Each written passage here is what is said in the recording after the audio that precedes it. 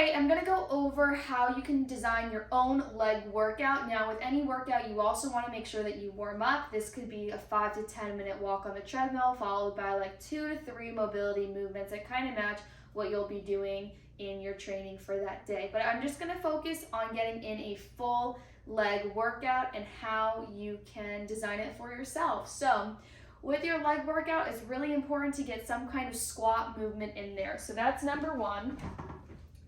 So you want to make sure you get a squat movement. Now for your squat movement, you've got options. You can do the leg press, barbell squat, goblet squat with the dumbbell, front squat, Bulgarian split squat. Any kind of movement where you're doing a bend and extension in the knee followed by a hip hinge at the same time. All right, so that's your squat movement. Then you want to make sure that you get in a hip hinge, okay? Now for that hip hinge, you've got options. You can get in a hip thrust in there, a Romanian deadlift, or a regular deadlift. The hip hinge is just remember the hips going back and the hips going forward. You could even do like a barbell glute bridge or something like that as well for that. So squat and hinge are gonna be your main movements.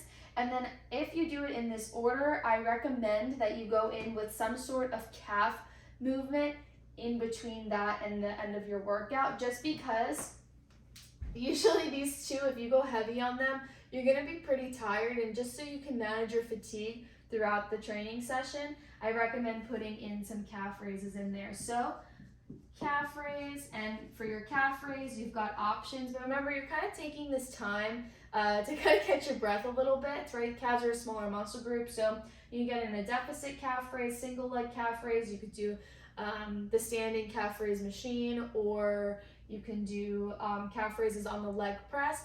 Nonetheless, just some kind of calf raise movement so that you can kind of catch your breath and recover, and that way you can finish off the rest of your workout, because as you know, leg days are tough.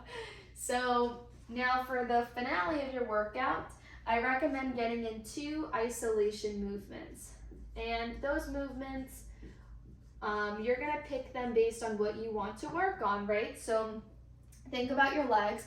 You've got your glutes, you've got your hamstrings, you've got your quads, right? We already worked on the calves here, and you actually worked out all of those muscle groups in your squat and hip hinge together. Now we're just going in with some isos. So we've got a leg extension, a hamstring curl, hip abduction, hip adduction, or a cable kickback.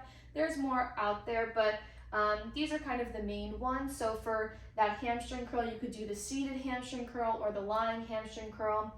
Or you can even do that on the cable as well. The hip abduction, same thing. You do a cable hip abduction, or you can do the seated hip abduction. Same thing with the hip adduction, and then of course the cable kickback, which there's tons of different variations you can do with that kickback. So again, you want to pick 2 isolation movements, okay? And throughout the entire workout, you want to make sure you get in at least 1 unilateral movement, okay?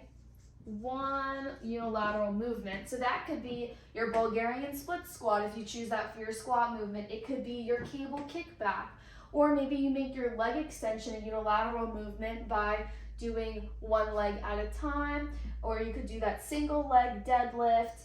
Just make sure in your training you're getting at least 1 unilateral movement.